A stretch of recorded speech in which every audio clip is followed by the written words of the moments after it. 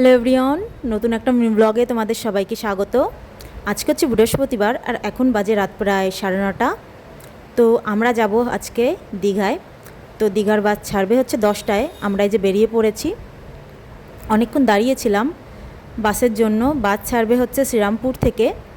তো এই যে বাস চলেও এসছে, সাথে সাথে 10:30 বাজবে আর পৌঁছাতে পৌঁছাতে হচ্ছে 6টা বা 6:30 বাজতে পারে। আগেও 2বার গেছি। তো আমরা চলে এসেছি হচ্ছে কোলাঘাটে। এখানে সবাই দাঁড়িয়ে ফ্রেশ ট্রেশ হচ্ছে। আমি একটু গরম গরম লাল চা নিয়ে বসে পড়লাম। মামামকে একটা ডিম ছুলে দিয়েছি, তাই খাচ্ছে। আর দেখো, ঘুমিয়েছিলাম, ঘুমের থেকে উঠে দেখি ভোর হয়ে গেছে।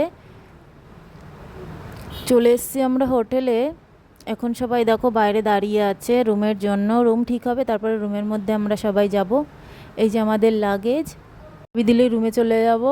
তো চলে এসেছি আমরা রুমে।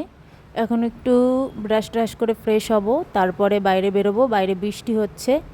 তো যাই হোক, ভিডিওটা তোমাদের কেমন লাগলো অবশ্যই জানিও।